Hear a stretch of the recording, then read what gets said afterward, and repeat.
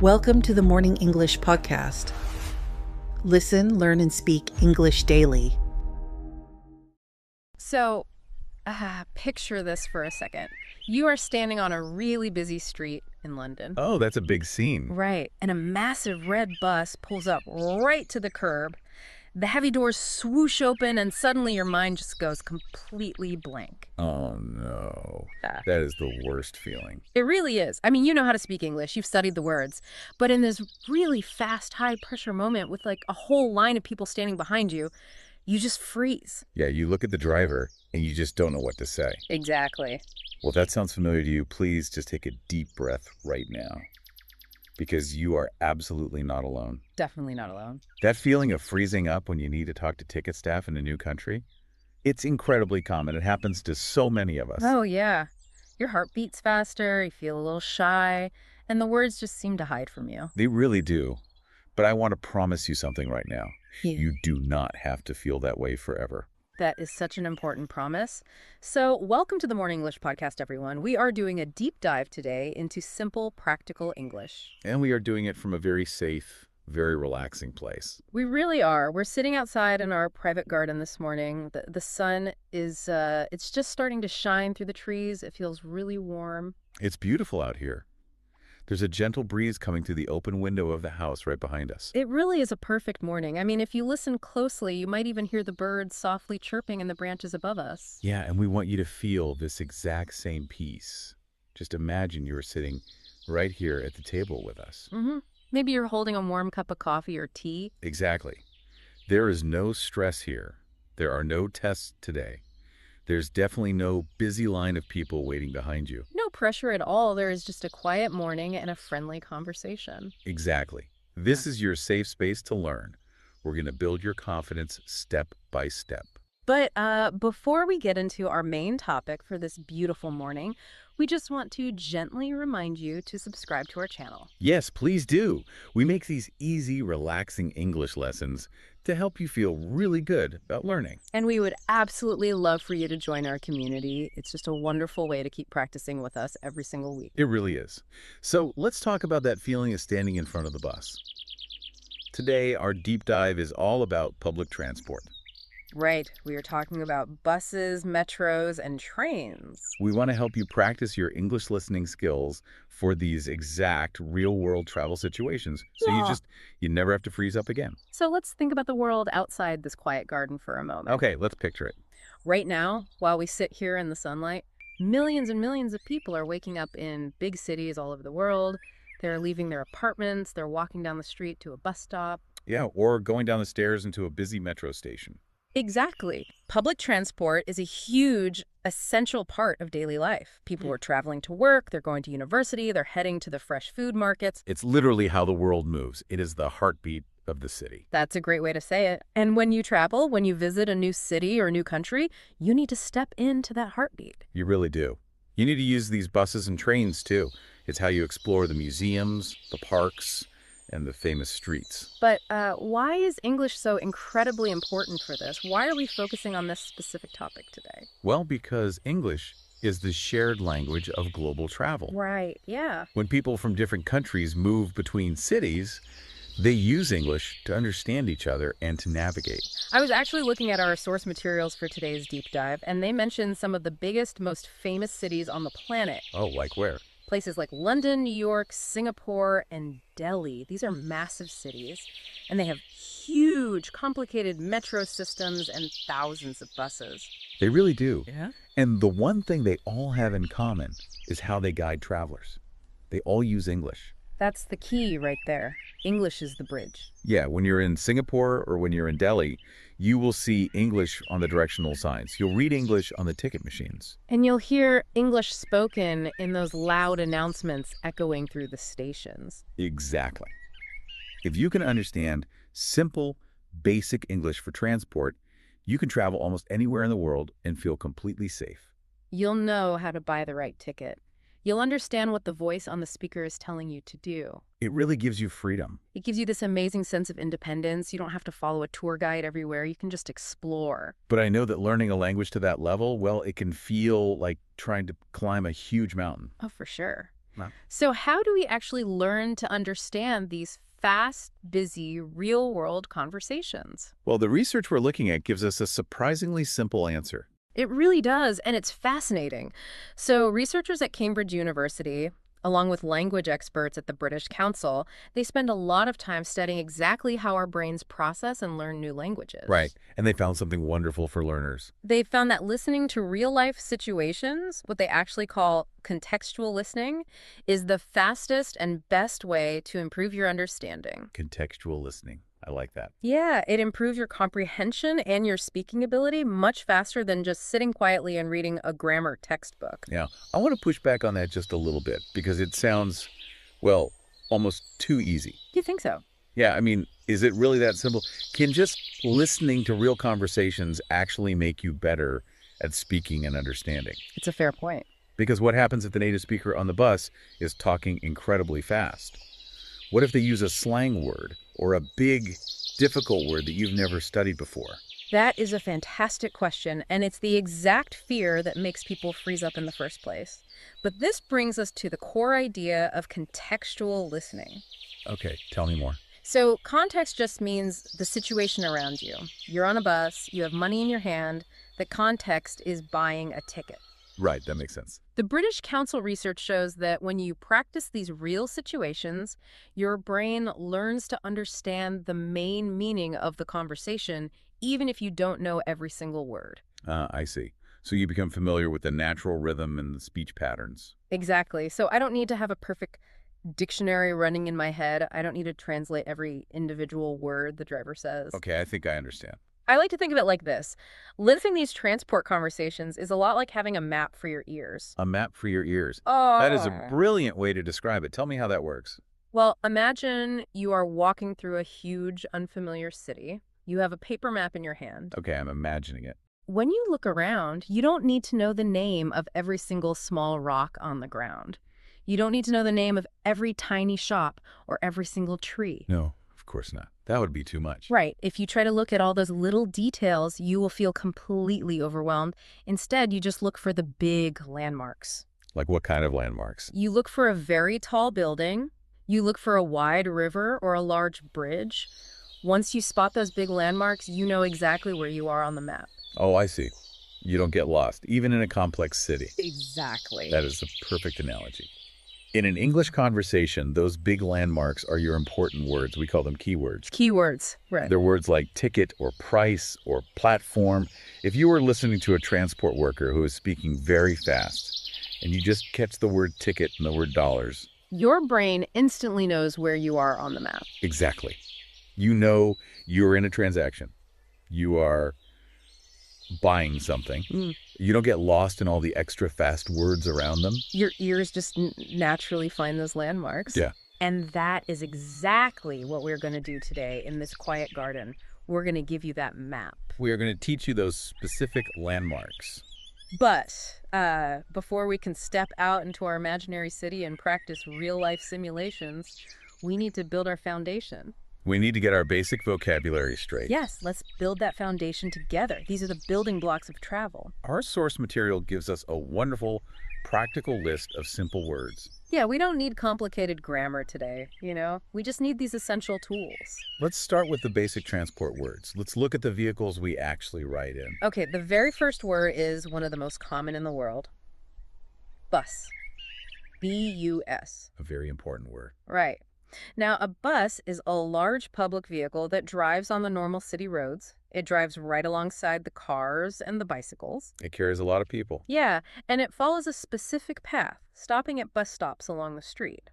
Because it's on the street, taking a bus is a great way to look out the window and see the city. But you also have to deal with regular street traffic. Exactly. That's a great description. Next, we have the word metro, M-E-T-R-O. Ah, the metro.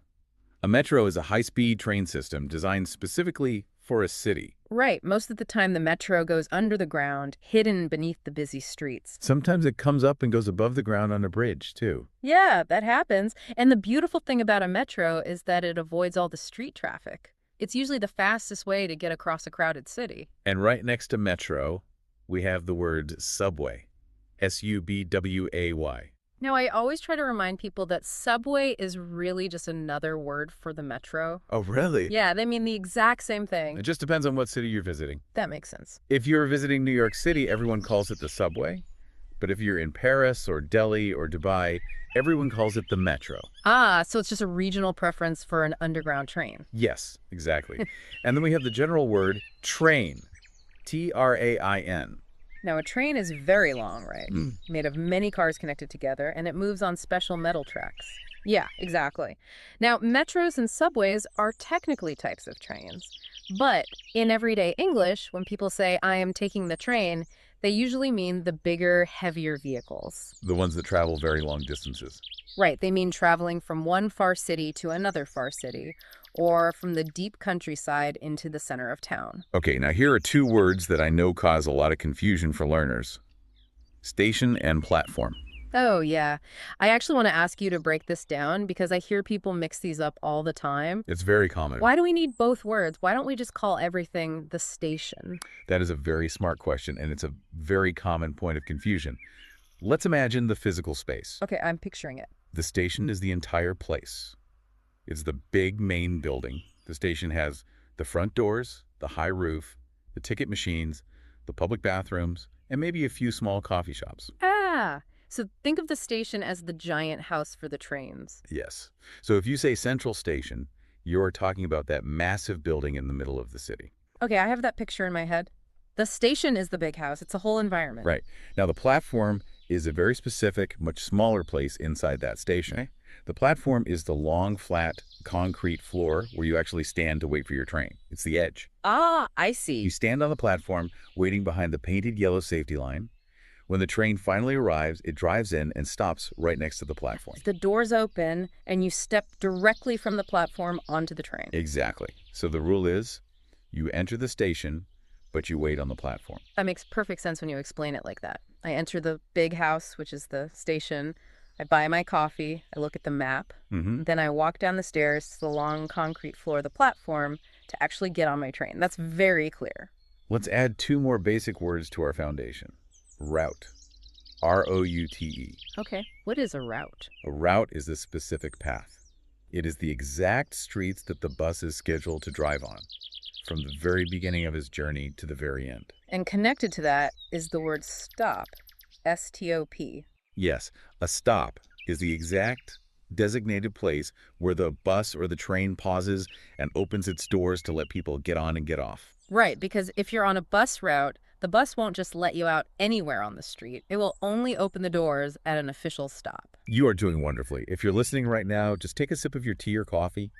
Relax your shoulders. We are building this foundation slowly and easily. Now that we know the vehicles and the places, let's look at the ticket words. Oh, yes. These are the crucial words you need when you want to pay for your journey. Yes, money and tickets can be stressful, so let's make them easy. The first one is a single ticket. A single ticket is exactly what it sounds like. It is valid for one single journey. You travel from point A to point B. And that is the end of it. It's a one-way trip. Exactly. If you want to go anywhere else later, you have to buy a new ticket. Right. And the alternative to that is the next word, return ticket. Now, the logic here is important. A return ticket covers two journeys. You go from point A to point B, and then later in the day, you come back. You return from point B to point A. Right, so return means to come back to where you started. You buy this one ticket and it covers both trips. It's usually a little cheaper and much more convenient than buying two single tickets. It definitely saves you time because you don't have to stand in line at the ticket machine again when you want to go home. Next, we have a day pass. Oh, I love day passes. A day pass is a fantastic, special type of ticket. You buy it one time in the morning, and it allows you to ride the buses and the metros as many times as you want for the entire day. You can get on and off 20 times if you want to. Tourists absolutely love day passes. They really do. It takes away all the stress of constantly buying new tickets. Yeah, if you get on the wrong bus, it doesn't matter. You just get off and use your day pass to get on the right one. Exactly. It gives you ultimate freedom. Now, if you live in the city, or if you're staying for a long time, you might use a travel card or a smart card. Instead of a little piece of paper, this is a hard plastic card. It feels just like a credit card. You keep it in your wallet. You can use it day after day, month after month. But to use it, it must have money loaded onto it. And that perfectly brings us to our next word, Recharge. Mm. Recharge. Or sometimes people say top up. Yes, top-up is very common. When your plastic smart card has no more money left on it, the gates won't open for you. You have to recharge it. You have to go to a machine, put your card in, and add more money from your bank or with cash. Recharging gives the card its power back. Very well explained.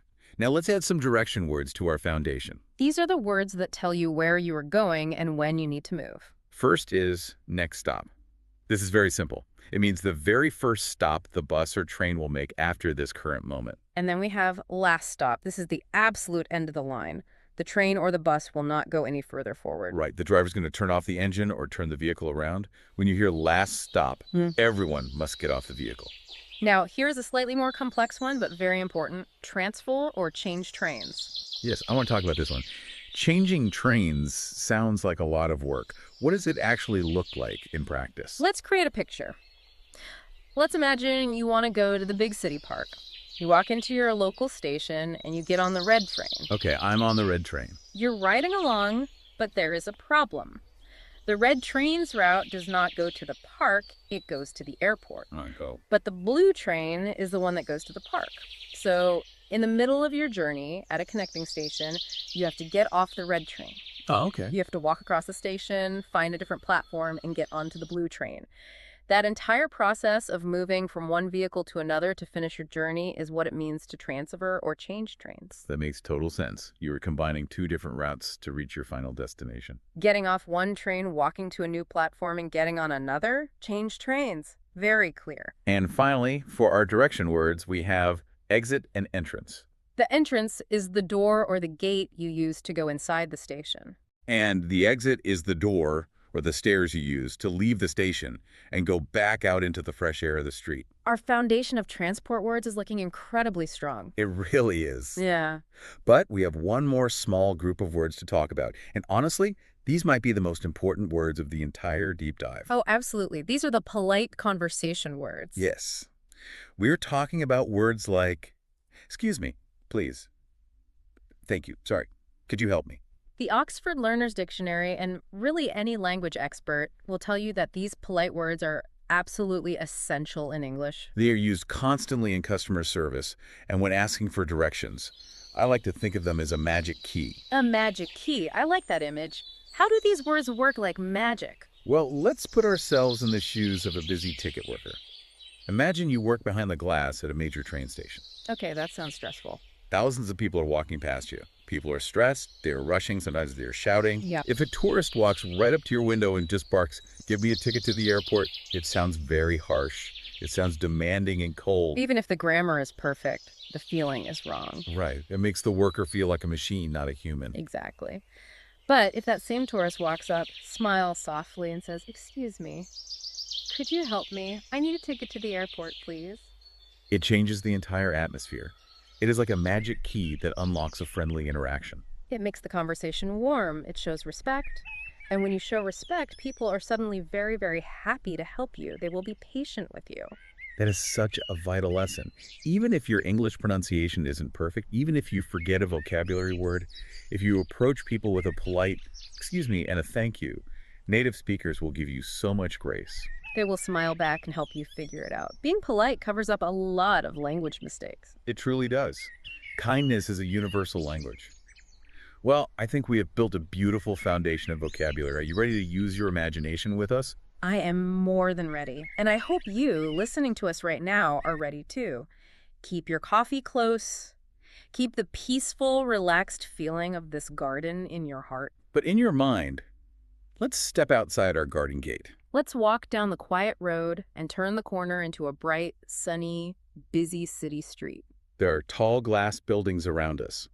People in suits are walking fast with their briefcases. We hear the low rumble of traffic, and right in front of us, pulling up to the sidewalk, is a big city bus. The brakes squeak a little bit, and the doors open with a loud swoosh sound. We are going to step onto that bus together. This is our very first real-life simulation. We're looking at scenario A, buying a bus ticket. We are going to role-play a very simple, very realistic conversation. I will play the part of the busy bus driver. You will be the passenger stepping onto the bus. Let's show our listener exactly how fast and simple this interaction actually is. Okay, I'm the passenger. I am stepping up the stairs onto the bus. I look at the driver and I smile. Excuse me, I need a ticket to City Center. One ticket to City Center. Yes, please. That will be $2. Here you go. Thank you. Here is your ticket. Thank you. And scene. That is it. The entire conversation is over in less than 15 seconds. You bought your ticket, and now you can go sit down. Notice how fast and incredibly simple that was. It was so fast. Let's slow down and break it down for our listener. Let's look at the listening tips here. When you hear this conversation in real life, you don't need to panic about the speed.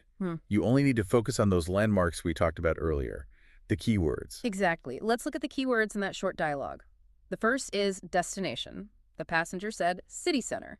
That instantly tells the driver exactly where they want to go. The next is quantity. One ticket. The driver confirmed it. And finally, price. The driver said $2. That is a huge relief. As a passenger, I don't need to stand there and try to construct a massive, complicated, poetic sentence. No, definitely not. I don't need to say, hello, good sir, it is a truly beautiful morning today, and I would very much desire to purchase passage to the center of the city. That is way too much. It sounds unnatural, and honestly, it wastes time. Far too much. In real life, transport conversations are designed to be short. They are highly direct. The bus driver has a schedule to keep. They have to help 50 people get on the bus in 2 minutes. So they actually appreciate short, polite sentences. I need a ticket to City Center. It is perfect. It is clear. It gets the job done without any stress. Now, let's try another common situation on the bus. This is scenario B. Asking about the route. Oh, this is a good one. Imagine this. You are standing at the bus stop. The bus arrives. The sign on the front of the bus says something, but you aren't completely sure if it's the right bus for you. You feel a little flutter of worry in your stomach. You really don't want to get on the wrong bus and end up on the completely wrong side of the city. This is a universal experience. It happens to tourists, and it happens to native English speakers all the time when they're in a new neighborhood. The smartest thing you can do is just ask the driver before you pay.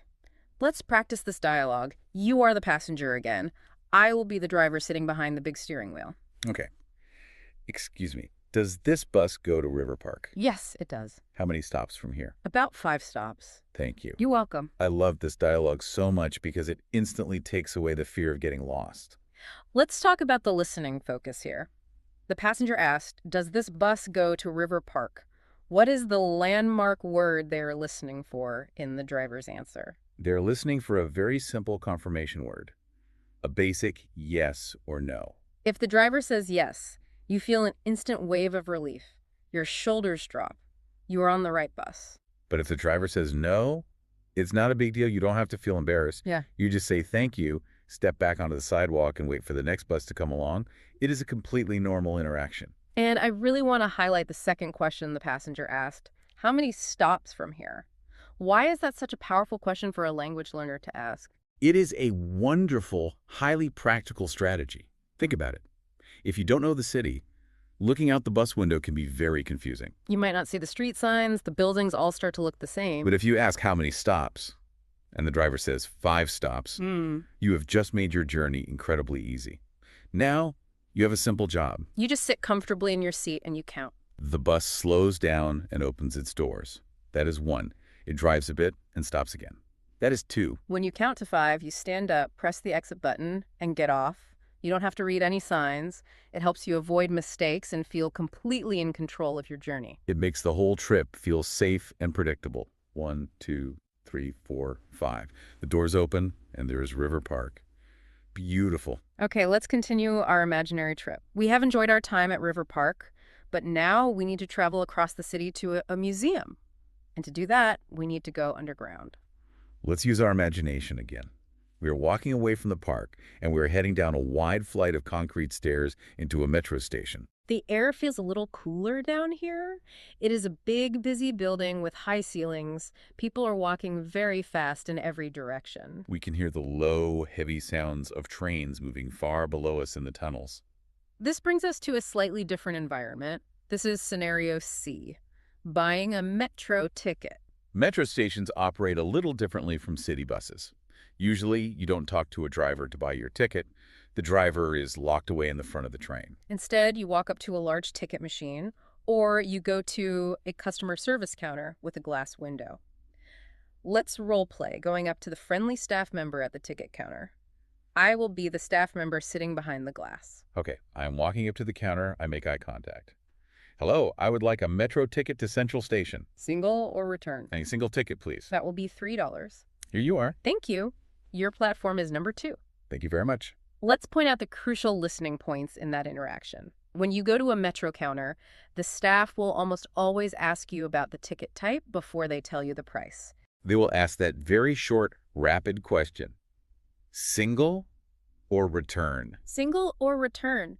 It is so short. It's almost not a full sentence. If you don't know the vocabulary, it might surprise you because they say it so quickly.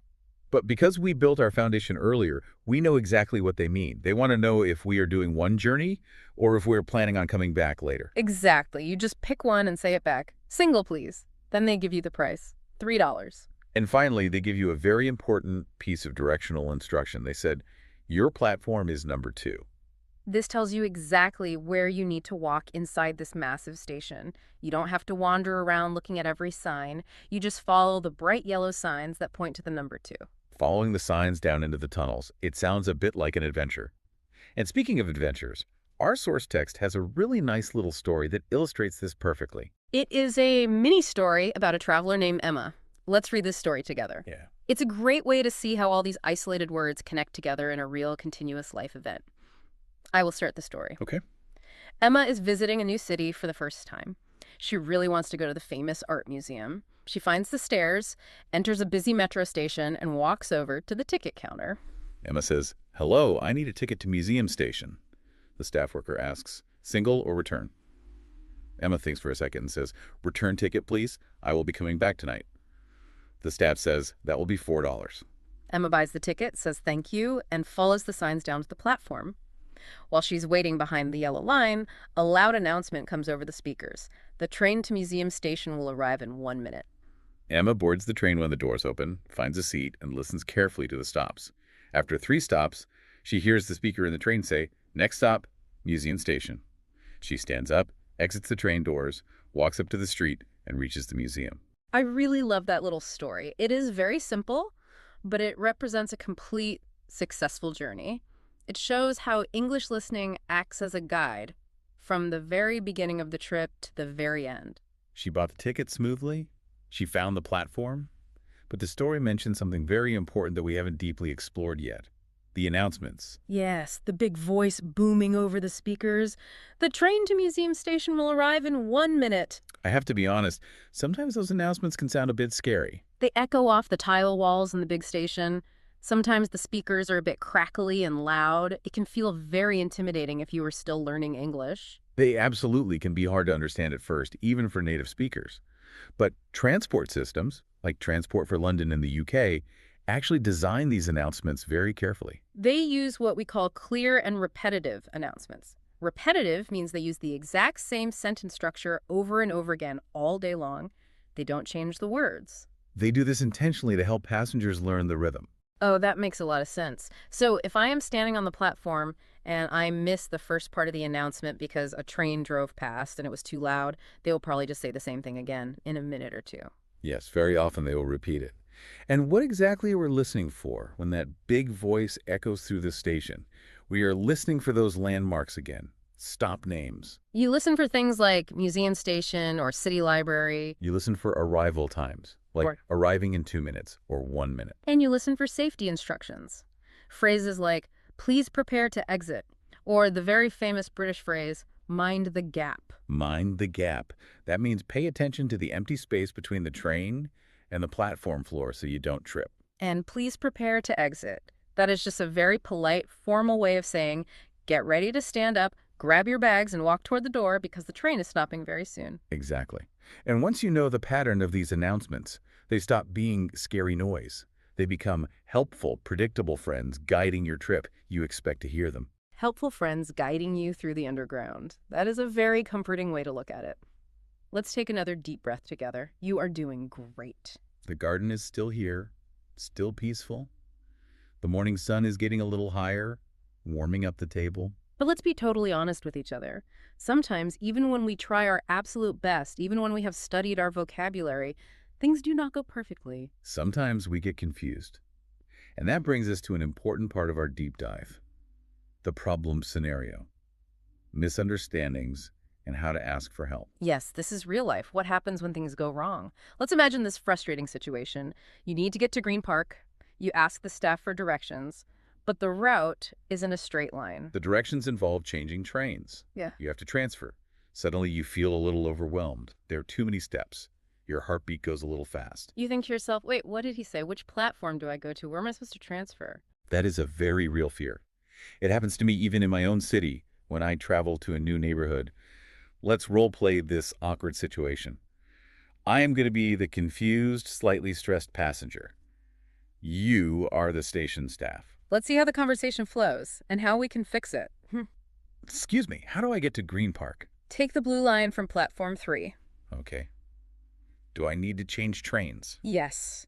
Change at Central Station. Oh, wait, I'm sorry. Which platform is the next train? Platform 4. Just follow the signs. Platform 4. Thank you for your help. You're very welcome. Now let's pause and really analyze that interaction. In the middle of the conversation, the passenger realized they were confused. They heard change at Central Station. But their brain couldn't process where to go after they got to Central Station. They hit a wall. So what did they do to fix it? They did exactly the right thing. They didn't panic. They stayed calm. And they simply asked another direct question. Which platform is the next train? They did not walk away confused and lost. They fixed the misunderstanding immediately before leaving the counter. But what if you didn't hear the staff clearly in the first place? What if they spoke incredibly fast with a thick accent and you just heard a blur of noise? This is the scariest moment for many language learners. The awkward silence. You are staring at the staff member. The staff member is staring back at you. The clock is ticking. What do you do in that exact moment? You use your magic keys. You use the polite words we talked about. You take a breath. You smile gently and you say, "Sorry, could you help me? Could you repeat that?" Or, "Sorry, I didn't understand. Could you say that slower, please?" Could you say that slower, please? That is such a beautiful, useful sentence, but I have to ask, is it rude to ask a native speaker to speak slowly? Will they get angry? No, absolutely not. That is a myth. Transport staff are there specifically to help people navigate. They meet tourists from dozens of different countries every single day. They know perfectly well that English is not everyone's first language. And frankly, native English speakers also get confused. Native speakers also ask for directions to be repeated because stations are loud. If you use your polite words, if you start with sorry and end with please, they will happily say it again, slower and clearer. They want you to get to your destinations safely. That is incredibly reassuring to hear. You are allowed to ask for help. You are allowed to ask people to slow down. You do not have to be a perfect robot. You just have to be polite. Exactly. Being polite and communicating your need is much more important than having perfect, flawless grammar. Now, since we are talking about traveling and meeting people from all over the world, it's a great time to zoom out and look at the bigger picture. Our source material points out that public transport systems look very different depending on what country you are in. Culture changes how we travel. Yes, the world is full of fascinating variety. In some smaller cities or older systems, you still buy a little paper ticket from a conductor who physically walks up and down the aisle of the bus with a letter bag full of coins. It is a very traditional, very human experience. But in other major cities, it is highly technical and modern. Let's look at the specific examples from our text. Let's talk about London first.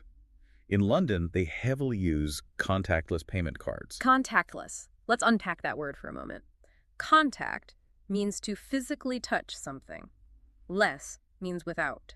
So contactless literally means without touching.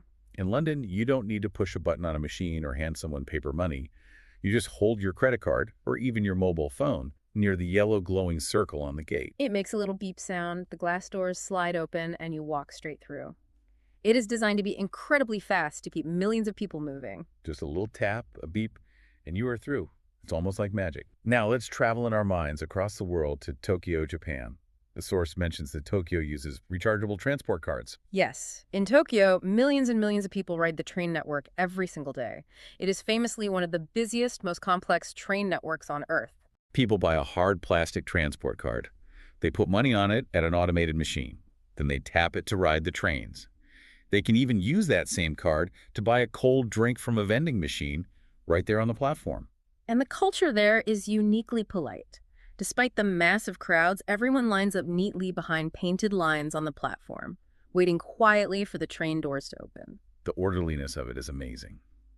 And what about Delhi in India? The text mentions that the huge Delhi metro system uses smart tokens or cards. A token is an interesting word. In this context, it's a small, thick plastic coin. You walk up to the machine, buy the token, and hold it near the sensor to enter the station. Then when you finish your journey and want to leave the station, you don't keep the token. You drop the token into a little slot on the gate. The gate swallows the token to recycle it, the doors open, and you walk out. It is a huge, highly modern network. So we have 3 completely different cities, 3 different ways to pay and enter. Contactless credit cards in London, rechargeable plastic cards in Tokyo, smart plastic tokens in Delhi. When you hear all of this, it might seem like an overwhelming amount to learn. You might sit there and think, how will I ever know what to do in every new country I visit? That's exactly what I would be thinking. It sounds really complicated to have to learn a new system every time your plane lands. It does sound complicated. But here is the secret. Here is the beautiful unifying thing that connects all of these different cities together. The text tells us that global transport systems, like metro networks all over the world, provide multilingual instructions to assist international tourists. Multilingual means using many different languages, and the main primary shared language they all use to help you is English. Ah, I see. So even if the big ticket machine looks completely different in Tokyo than it does in London, the English words glowing on the digital screen will be exactly the same. Exactly. The machine in Tokyo will have a button that says English. You press it, and the screen will instantly translate. It'll say single ticket, return ticket, recharge. The exact same foundational words we learned today. The digital screen in Delhi will say platform, next stop, exit. English is the key that unlocks all these different mechanical systems. If you know these simple, basic transport words, you can successfully navigate the London Underground, you can navigate the busy stations of Tokyo, you can navigate Delhi, and hundreds of other major cities around the globe. You are never truly lost if you can read and understand the basic instructions. It gives you so much power and confidence as a traveler. That is exactly why practicing this simple English is so incredibly valuable. It isn't just a language lesson. It is your passport to moving around the world easily. I love that idea. The vocabulary is your passport. Well, we have traveled a long way today. We've been to London, Tokyo, and Delhi. We have ridden buses and navigated underground metros. Now, I want you, our listener, to bring your mind slowly back to our garden. Come back to this quiet morning. Feel the warm cup in your hands again. Feel the gentle breeze on your face. We have covered so much ground. We've learned a lot of new concepts today. But learning a language is not just about passively listening. Learning is about doing. We need to solidify what we just talked about. We need to make these phrases strong in your memory. So before we finish our coffee, let's do a quick speaking review. Yes, let's do a quick review. We are going to say some of the most important key phrases slowly and clearly. We want you to speak out loud with us right wherever you are. Remember, nobody is judging you. You are in a safe, friendly garden with us. Just feel how the words feel in your mouth. Get comfortable making the sounds. I will say the sentence first. Then we will leave a moment of quiet time. During that quiet time, I want you to say the sentence out loud. Let your voice be confident. Ready? Let's start with asking for a ticket. Excuse me, I need a ticket to City Center. Take your time and say it out loud. Good. Let's try that one again. Really notice the polite words at the beginning. It sets the tone. Excuse me, I need a ticket to City Center. Say it one more time. Excellent. Now let's try the short, quick question the staff will ask you. Try to say it with a slightly rising tone at the end, like a question. Single or return? Go ahead and ask it. Try it again. Make it sound like a friendly, quick question. Single or return? Very nice. Now let's ask the bus driver a question to make sure we're on the right route. Does this bus go to the airport? Just repeat that for us. Let's do that one more time. Focus on making the word airport very clear. Does this bus go to the airport? Beautiful. And one last very important question. Asking for information while you are on the vehicle. Could you tell me the next stop? Let's hear you say it. One more time. Nice, clear, and polite. Could you tell me the next stop? You did a truly wonderful job. Repeating these sentences out loud like this improves your pronunciation. It helps your facial muscles remember how to make the English sounds naturally. And most importantly, it builds your internal confidence. When you have practiced a sentence 10 times in a safe, quiet garden, saying it just one time on a busy, noisy bus becomes so much easier. Your brain already knows what to do. It is all about building that muscle memory. Well, my friend, we are coming to the end of our deep dive for this morning. The coffee cups are almost empty. Let's summarize what we explored today. We started by talking about the fear of freezing up, and we learned why these transport conversations matter so much. They aren't just vocabulary, they are the practical survival English of the real world. Research from Cambridge tells us that practicing these real contextual scenarios is the fastest way to improve your ability to understand native speakers. We built a strong foundation with our basic words: bus, metro, ticket, platform, and transfer. We learned how to use the magic keys of polite conversation. Please, thank you, and excuse me. We practice exactly what to say when buying tickets and asking for directions. And we learned that no matter where you travel, whether it's the contactless gates of London or the token machines of Delhi, these simple English words will help you find your way. This simple English is your map. It provides the landmarks you listen for when the world around you is moving fast and loudly. Before we go, we just want to say a huge, warm thank you to our amazing listeners.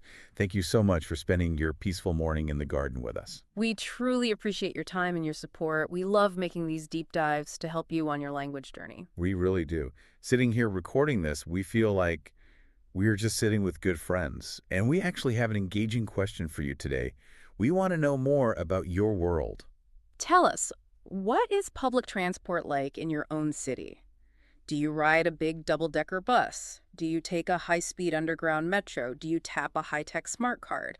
Or do you still buy paper tickets from a conductor with a bag of coins? We would absolutely love to know how you travel. Please tell us your answers in the comments below the video.